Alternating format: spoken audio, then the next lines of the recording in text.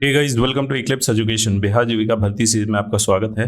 जैसा कि आपको पता होगा, एरिया और कम्युनिटी कोऑर्डिनेटर के एग्जाम स्टार्ट हो गए हैं और एक टॉपिक रह गया था इसके सब्जेक्ट नॉलेज में। ये देखिए, कम्युनिटी कोऑर्डिनेटर के लिए तो नहीं है बल्कि एरिया कोऑर्डिनेटर के लिए है। हो सकता है कम्युनिटी कोऑर्डिनेटर में भी इससे सवाल आ जाए, जो कि एक चैप्टर था बुक कीपिंग और फाइनेंशियल लिटरेसी। तो इन दोनों के सब्जेक्ट नॉलेज के जो भी सिलेबस दिए गए थे उसके थ्योरी पोर्शन हमारे चैनल के प्लेलिस्ट में अपलोडेड है।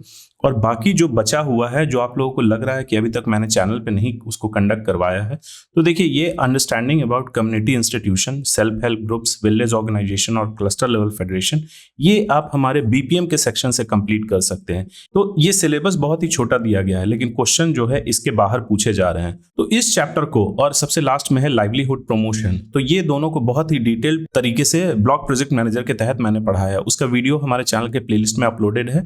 मैं डिस्क्रिप्शन में उसका डायरेक्ट लिंक प्रोवाइड कर दूंगा। आज बस एक छोटा सा चैप्टर है basic book keeping and financial literacy, जो कि हम लोग डिस्कस करने वाले हैं। तो वीडियो के एंड तक बने रहिएगा। चलिए स्टार्ट करते हैं सेशन को। मेरा नाम है अभिषेक, इक्लिप्स एजुकेशन में आपका स्वागत है। देखिए, जैसा आप देख सकते हैं, basic book keeping and financial literacy, मूल बही खाता और वित्तीय साक्षरता। बुक कीपिंग मतलब होता है बही खाता, जो यूजुअली हम लोग डे टू डे लाइफ में, चाहे वो बिजनेस में हो गया या फिर घर में, हम लोग कुछ बुक कीपिंग करते हैं, कुछ बही खाता लिखते हैं। उसी चीज के बारे में हमें एसएसजी, वीओ और सीएलएफ के संदर्भ में पढ़ना है। क्या होता है बुक कीपिंग, कौन कौन से उसमें एलिमेंट्स होते हैं, वही सब चीज हम लोग यहाँ जानने की कोशिश करेंगे। बही खाता का अर्थ है वित्तीय लेन देन को व्यवस्थित ढंग से दर्ज करना। तो हम लोग क्या करते हैं, किसी को अगर पैसा देते हैं तो दैनिक खर्चा हम लोग लिखते हैं, डेली वाइज एक्सपेंसेस जो होता है और डेली इनकम जो होता है वो हम लोग एक जगह बुक में या फिर कोई रजिस्टर कॉपी में मेंटेन करते हैं। चूंकि वो पर्सनल लाइफ होता है, वो किसी को दिखाने की जरूरत नहीं होती है। लेकिन अगर कोई ऑर्गेनाइजेशन के अंतर्गत हैं आप, तो एक एक पैसे का हिसाब रखा जाता है। तो ये सब एक कम्युनिटी लेवल ऑर्गेनाइजेशन है, एसएसजी हो गया, वीओ हो गया या फिर सीएलएफ। इन तीनों स्तर पर पारदर्शिता, जवाबदेही और विश्वास बनाए रखने का यह आधार होती है मूल बही खाता। सही रिकॉर्ड के बिना ऑडिट, बैंक से जुड़ाव और सरकारी सहयोग संभव नहीं है। देखिए, जब ये बैंक लिंकेज प्रोग्राम होता है एसएसजी का, उसके सक्सेसफुल परफॉर्मेंस के बाद 3 या 6 महीने के बाद, तो बैंक जो है इनका यही बही खाता बुक कीपिंग मांगती है। उनके जो रजिस्टर्स वो लोग मेंटेन करते हैं, अलग अलग प्रकार के रजिस्टर्स होते हैं, वो मांगा जाता है। जैसे हमने पंचसूत्र पढ़ा था, तो पंचसूत्र बेसिकली 5 गोल्डन रूल्स है किसी भी एसएसजी को सक्सेस होने के लिए: regular meeting, regular savings, regular interloaning, timely repayment और बुक ऑफ अकाउंट्स को मेंटेन करना। तो देखिए, ये चीज इंपॉर्टेंट हो जाता है। बैंक भी इसको देखती है, ऑडिट भी। यूजुअली क्या है, एसएसजी में 10 से 20 महिलाएं जो हैं वो जुड़ी हुई हैं, वो अपना पैसा सेव करती हैं। तो अपना पैसा सेव करने के लिए पारदर्शिता भी तो बना रहना चाहिए। पैसा कहाँ जा रहा है, कौन इसके लिए जिम्मेदार हैं, ये सब कुछ सभी कोई को देखना जरूरी होता है। तो सबसे पहला हम लोग रजिस्टर देखेंगे, वह है कैश बुक, जिसको हिंदी में हम लोग बोलते हैं नकद बही। तो नकद बही में समूह द्वारा, समूह यानी एसएसजी हो गया, वीओ या फिर सीएलएफ, उनके द्वारा प्राप्त आय और व्यय की नकद राशि दर्ज होती है। तो ये पर डे बेसिस पे मेंटेन होता है कि उनके ग्रुप में कितना पैसा आ रहा है, कितना डिपॉजिट हो रहा है और कितना खर्च हो रहा है। खर्च एज इन चाहे वो प्रशासनिक खर्च हो या फिर वो लोन के माध्यम से दिया जा रहा है। यह प्रत्येक लेन देन के बाद शेष राशि का हिसाब लिखा जाता है। जैसे हम लोगों के पास अगर सपोज करिए कि 2000 रुपये है, तो 2000 रुपये में से अगर 1000 रुपये खर्च हो रहा है, तो हम लोग क्या करते हैं, माइनस 1000 करते हैं इस टोटल अमाउंट में से। ये 1000 किस चीज़ के लिए खर्च हो रहा है वो हम लोग लिखते हैं, और रेस्ट अमाउंट जो बच जाता है उसको भी हम लोग मेंटेन करते हैं। तो ये एक तरीके का रिकॉर्ड लिखने का तरीका होता है, खाता बही लिखने का। यहाँ पे वही चीज समझाया जा रहा है। यह दैनिक लेखा जोखा रखने का साधन है। जैसे उदाहरण के तौर पे भी मैंने बताया, 2000 की बचत जमा हुई, 2000 सारे मेंबर्स ने मिलके कुछ पैसे जमा किए, जो कि टोटल अमाउंट हो गया 2000 रुपये। एक मीटिंग में वो लोग बैठे, फिर हो सकता है 1000 रुपये किन्हीं को लोन की जरूरत है, तो 1000 रुपये उनको लोन के तौर पर दे दिया गया। अब उनके ग्रुप में जो कॉर्पस में फंड है वह 1000 रुपये बचा है, सभी कोई देख रहे हैं। एक रजिस्टर में इसको लिखा गया, जो कि कैश बुक होता है। अब चलिए अगला प्रकार का रजिस्टर हम लोग देखते हैं, लेजर। इसको हम लोग बोलते हैं खाता बही। तो खाता बही में सदस्यवार यानी कि member wise financial details maintained होते हैं। इस चीज को आप लोग ध्यान रखिएगा। कैश बुक में क्या है, पूरे ग्रुप में कितना इनकम आ रहा है, कितना खर्च हो रहा है और कितना बच रहा है खर्च होने के बाद। लेकिन लेजर में क्या है, मेंबर वाइज डिटेल्स लिखे जाते हैं। जैसे कि इसमें बचत, लिया गया ऋण, चुकाया गया ब्याज और शेष बकाया लिखा जाता है। जैसे हर मेंबर्स का 20 मेंबर है, 20 मेंबर के लिए अलग अकाउंट मेंटेन होगा। कितना वो सेविंग अभी तक कर चुके हैं, कितना वो लोन लिए हैं और लोन में से कितना पैसा वो वापस कर चुके हैं ब्याज के तौर पे, और उसके बाद कितना पैसा उनके पास बचा हुआ है अभी वापस करने के लिए। तो ये लेजर में लिखा जाता है। इससे प्रत्येक सदस्य की वित्तीय स्थिति का स्पष्ट हिसाब रहता है। अगर कोई सपोज करिए ऑडिट करना चाहता है, उस ग्रुप का परफॉर्मेंस देखना चाहता है, वह लेजर उठा के देखेगा, जितने भी मेंबर्स है उसमें सपोज करिए 20 मेंबर है तो 20 मेंबर का पूरा डिटेल रहेगा, वो कितना पैसा जमा कर रहे हैं, कितना उन्होंने लोन अभी तक लिया है, कितना पैसा उन्होंने अभी तक वापस किया और उसके बाद उनके पास कितना पैसा बचा है वे वापस करने के लिए। फिर आइए अगला है मीटिंग्स रजिस्टर, इसको बैठक रजिस्टर भी हम लोग बोलते हैं। तो ये क्या है, जैसा नाम से ये स्पष्ट है मीटिंग रजिस्टर, ये बैठक रजिस्टर में प्रत्येक बैठक की कार्यवाही दर्ज की जाती है। इसमें मीटिंग से रिलेटेड जितने भी मीटिंग्स होते हैं वो सारा मीटिंग्स के बारे में डिटेल्स लिखा जाता है। इसमें क्या क्या चीज मेंशन होता है, जैसे अटेंडेंस, उपस्थिति, चर्चा किए गए मुद्दे, लिए गए निर्णय, इन सब चीजों को लिखा जाता है मीटिंग रजिस्टर में। मेंबर्स, कितने मेंबर्स प्रेजेंट थे, क्या किस मैटर पे बात हुई, क्या कुछ मुख्य डिसीजन लिया गया, तो उसमें सारे मेंबर्स वहां पे मौजूद रहते हैं और उस पर अपना सिग्नेचर भी करते हैं। ये क्या करती है, ये सामूहिक निर्णय और पारदर्शिता का प्रमाण होता है। जैसे सपोज करिए कि 20 मेंबर का एक ग्रुप है एसएसजी, उसमें से हो सकता है कि 19 मेंबर एक मीटिंग में वो लोग बैठे, उनका अटेंडेंस लगा और उसके बाद उसमें कुछ डिसीजन लिया गया कि हाँ इस मेंबर को, किसी एक मेंबर को कुछ पैसे की ज़रूरत हो गई या फिर उसमें कुछ बढ़ोतरी हो गई, हम लोगों को सेविंग्स जो है कुछ बढ़ा के करना चाहिए। ये डिसीजन ये लोग 19 मेंबर ले लिए, एक मेंबर प्रेजेंट नहीं थे। तो अगले मीटिंग में क्या होगा, उनसे अगर मान लीजिए बोला गया तो वो बोलेंगे कि नहीं ऐसा तो कुछ हम लोग नहीं जानते हैं। तो जैसे उनको मीटिंग रजिस्टर दिखाया जाएगा वो बोलेंगे देखिए 19 लोग जो उस दिन प्रेजेंट थे सभी लोगों का सहमति है और उस सहमति पे उन लोगों ने ये साइन भी किया है, अपना थंब इम्प्रेशन लगाया है, जो भी चीज़ होता है आइडेंटिटी के लिए वो लगा सकते हैं। तो ये देखिए एक तरीके का पारदर्शिता मेंटेन करता है और डिसीजन लेने में भी यह काम आता है। फिर अगला है लोन रजिस्टर। तो नाम से ही ये स्पष्ट है, लोन रजिस्टर लोन से रिलेटेड होगा, लेकिन क्या डिफरेंस होता है बाकी रजिस्टर में और लोन रजिस्टर में। तो ऋण रजिस्टर में सदस्यों को दिए गए ऋण का विवरण लिखा जाता है। इसमें मेंबर्स को जो लोन दिया गया है वह लिखा जाता है। इसमें ऋण राशि, तिथि, ब्याज दर, किस्तों का कार्यक्रम सभी शामिल होता है। इसमें देखिए मेंबर वाइज भी लिख सकते हैं, लेकिन मेंबर वाइज जो अगर डिटेल्स लिखा जाता है वह होता है लेजर। यहाँ पे सिर्फ लोन से रिलेटेड है कि उसमें कितना उनको लोन दिया गया, किस डेट को दिया गया, क्या रेट ऑफ इंटरेस्ट पे दिया गया और कितने किस्त में वह चीज वो वापस करेंगे वह पैसा। ये क्या करता है, इससे बकाया और डिफॉल्टर की पहचान आसान होती है। तो इससे भी आपका क्या कर सकते हैं, उसमें मेंबर का पूरा डिटेल्स होता है, लेकिन अगर यहाँ बात की जाए कि सिर्फ डिफॉल्टर पहचानने की तो वह लोन रजिस्टर से बहुत अच्छे तरीके से पहचाना जा सकता है। अब सबसे लास्ट रजिस्टर देखते हैं हम लोग, सेविंग्स रजिस्टर यानी कि बचत खाता। तो बचत रजिस्टर में प्रत्येक सदस्य की साप्ताहिक या फिर मासिक बचत दर्ज की जाती है। इसमें हर मेंबर्स का जो सेविंग्स होता है वह मेंटेन किया जाता है कि सपोज करिए 20 मेंबर है, 20 मेंबर का जैसे उनका सेविंग्स का स्केड्यूल बना हुआ है, एक सप्ताह में या फिर एक महीने में, 15 दिन में, तो वो हर 15 दिन में वो लोग कितना पैसा जमा कर चुके हैं अभी तक, ये चीज होगा। इससे क्या होता है, इससे समूह का कोष तैयार होता है जिससे ऋण दिया जाता है। तो सेविंग्स रजिस्टर उठा के देखेंगे, जैसे कि 5 तरीके का रजिस्टर है। अगर सपोज करिए बैंक को देखना है कि इनका कॉर्पस कितना जमा हुआ, कॉर्पस मतलब टोटल फंड, ये लोग कितना अभी तक जमा कर पाए हैं, तो सेविंग रजिस्टर देखेंगे, उसमें मेंबर वाइज होगा और टोटल डिटेल्स दिखा देगा उस ग्रुप में अभी तक कितना पैसा जमा हुआ। तो ये क्या करता है, ये बचत की आदत को मजबूत करता है, थोड़ा सा फाइनेंशियल लिटरेसी भी प्रोवाइड करता है, वित्तीय साक्षरता, कि आप अगर पैसा किसी को दे रहे हैं तो आपको किस डिटेल से लिखना चाहिए। अगर आप लोन ले रहे हैं तो किन किन बातों का ध्यान देना चाहिए कि उस पेपर में क्या मेंटेन्ड है, loan amount, rate of interest, किस डेट को लिया गया है, और ईएमआई का भी स्केड्यूल, मतलब कि पहला ईएमआई इस तारीख को होगा, दूसरा ईएमआई, हम लोग क्रेडिट कार्ड से अगर शॉपिंग करते हैं तो हमारा क्या रहता है, अगर हम लोग ईएमआई से पे करते हैं तो अगर किसी मंथ के डेट को ये फिक्स्ड है कि उस मंथ में आपका पैसा कटेगा बैंक अकाउंट से, तो सिर्फ उसी डेट में वह पैसा कटता है, उससे एक दिन आगे और एक दिन पीछे नहीं। अगर ये चीज हुआ एक दिन आगे बढ़ता है तो उसमें फिर फाइन लगते हैं। तो ये हो गया हमारा बुक कीपिंग में। अब आइए हम लोग समझते हैं basics of credit and saving, यानी कि ऋण और बचत की मूल बातें क्या होती है। तो बचत क्या होता है, उसका क्या फायदा होता है, और क्रेडिट का क्या फायदा होता है। एक ग्रुप के अंतर्गत हम लोग इसको पढ़ रहे हैं एसएसजी के संदर्भ में। तो सभी सदस्य छोटी छोटी नियमित राशि जमा करते हैं। ये तो हम लोग स्टार्टिंग से ही पढ़ रखे हैं कि एसएसजी में जितने भी मेंबर्स होते हैं वो छोटे छोटे अमाउंट अपने कैपेबिलिटी के अकॉर्डिंग वो जमा करते हैं। यह राशि अक्सर तय की जाती है 50 रुपए से लेके 100 रुपए प्रति सदस्य प्रति माह।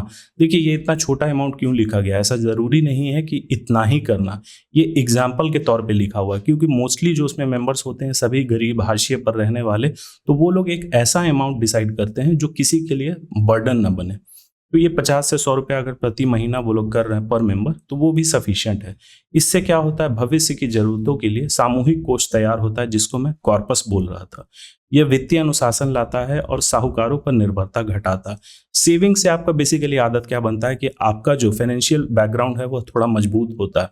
अगर कोई ऐसी स्थिति रहती है, जैसे कोविड के टाइम में हमने देख लिया कि सभी के जो डेली वेज अर्नर्स थे, तो उनके साथ प्रॉब्लम क्या आई कि उनके पास सेविंग्स नहीं होता है। लेकिन मोस्टली लोगों के पास जिनका बिजनेस है, दुकान है, उन लोगों का सेविंग्स ही काम आ रहा था उस समय। तो सेविंग्स का ये छोटे लेवल पे भी और बड़े लेवल पे यही फायदा होता है। अब देखिए ऋण क्या होता है, क्रेडिट, और उसका क्या फायदा होता है। तो सदस्य समूह कोष या बैंक से प्राप्त धन से ऋण लेते हैं। तो इस कम्युनिटी इंस्टीट्यूशन में जैसे एसएसजी में लोन कैसे लिया जाता है, तो जो भी मेंबर्स पैसा जमा कर रहे हैं, या तो उसी में से ये लोग मेंबर्स एक दूसरे को मदद कर सकते हैं, मतलब लोन के तौर पे, जिसको इंटरलोनिंग बोला जाता है, या फिर बैंक द्वारा जो लोन अप्रूव होता है एसएसजी के लिए, तो एसएसजी में हर एक मेंबर्स उस पैसे से लोन ले सकते हैं। दूसरा, ऋण का निर्णय बैठक में सामूहिक रूप से लिया जाता है। जो किसी मेंबर को जरूरत है, कितना अमाउंट की जरूरत है, कितना रेट ऑफ इंटरेस्ट होना चाहिए और कितना समय बाद वो पेमेंट करेंगे, वो सारा कुछ डिसीजन जो होता है वो मीटिंग के दौरान ही तय की जाती है। ब्याज दर स्थानीय साहूकारों से कम होती है। स्थानीय साहूकारों से कम नहीं बल्कि बहुत कम होती है। इसका उपयोग लोग आय बढ़ाने वाले कार्यों, खेती, स्वास्थ्य और शिक्षा में होता है। तो लोग इसको क्यों लेते हैं, अपना ही पैसा को जमा कर रहे हैं। यहाँ पे देखिए थोड़ी सी पारदर्शिता और रिस्पॉन्सिबिलिटी बढ़ जाती है, क्योंकि आप अगर पैसा जमा कर रहे हैं, किसी और का पैसा उस फंड में से ले रहे हैं, तो आपका भी पैसा तो कोई और लेगा। तो इसीलिए उसको आप बहुत सोच समझ के खर्च करिएगा, कोई प्रोडक्टिव कामों के लिए, जैसे आय बढ़ाने वाले कार्यों के लिए, खेती के लिए, स्वास्थ्य, अगर कुछ स्वास्थ्य से रिलेटेड, हेल्थ से रिलेटेड कोई इशू है, हॉस्पिटलाइजेशन बिल पे करना है, कुछ ऐसा, या फिर शिक्षा के लिए, तो बच्चों के शिक्षा के लिए, स्कूल में एडमिशन के लिए, इन सब जगहों पे वो फंड, वो पैसे का आप इस्तेमाल करिएगा। एसएसजी को इसी बेसिस पे बनाया ही जाता है कि लोग पैसा जमा करें, तो भैया उनके दिमाग में ये रहे कि अगर हम लोग किसी और का जमा किया हुआ पैसा को अगर यूटिलाइज कर रहे हैं, तो हमारा जमा किया हुआ पैसा भी कोई लोग यूटिलाइज करेंगे और हमारे मेंबर्स में से ही रहेंगे। तो वो विश्वास बनाए रखते हैं। अब आइए अगला टॉपिक देखते हैं हम लोग, बजटिंग एंड एक्सपेंस ट्रैकिंग, यानी बजट बनाना और खर्च का हिसाब रखना।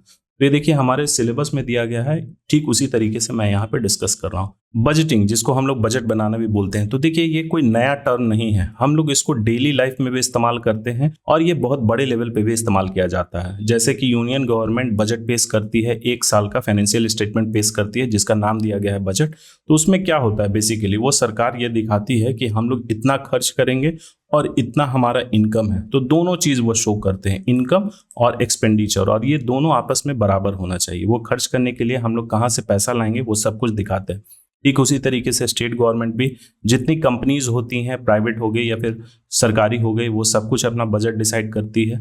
उसके बाद हम लोग घर में आइए पर्सनल लाइफ में, तो अगर आप एम्प्लॉयड हैं, सैलरीड पर्सन है, तो आप अपने सैलरी का भी बजट बनाते होंगे कि हमें घर में कितना खर्च करना है, राशन में, स्कूल फी में, ट्यूशन फी में, इलेक्ट्रिसिटी बिल में, रेंट में, अगर आप रेंट पे रह रहे हैं तो ये सब कुछ आप लोग बजट डिसाइड करते हैं। फिर उसके बाद ये देखते हैं कि हमें ईएमआई कितना पे करना है, और सेविंग्स में कुछ अगर आपने लाइफ इंश्योरेंस ले रखा है उसका कितना प्रीमियम हम लोग भरेंगे, और बाकी जो पैसा बचेगा उससे हम लोग क्या करेंगे, उसको सेविंग्स के तौर पर रखेंगे और उससे कुछ अपना लाइफस्टाइल जो है उसको एंजॉय करेंगे या फिर जिएंगे। ये चीज़ बेसिकली होता है बजटिंग में।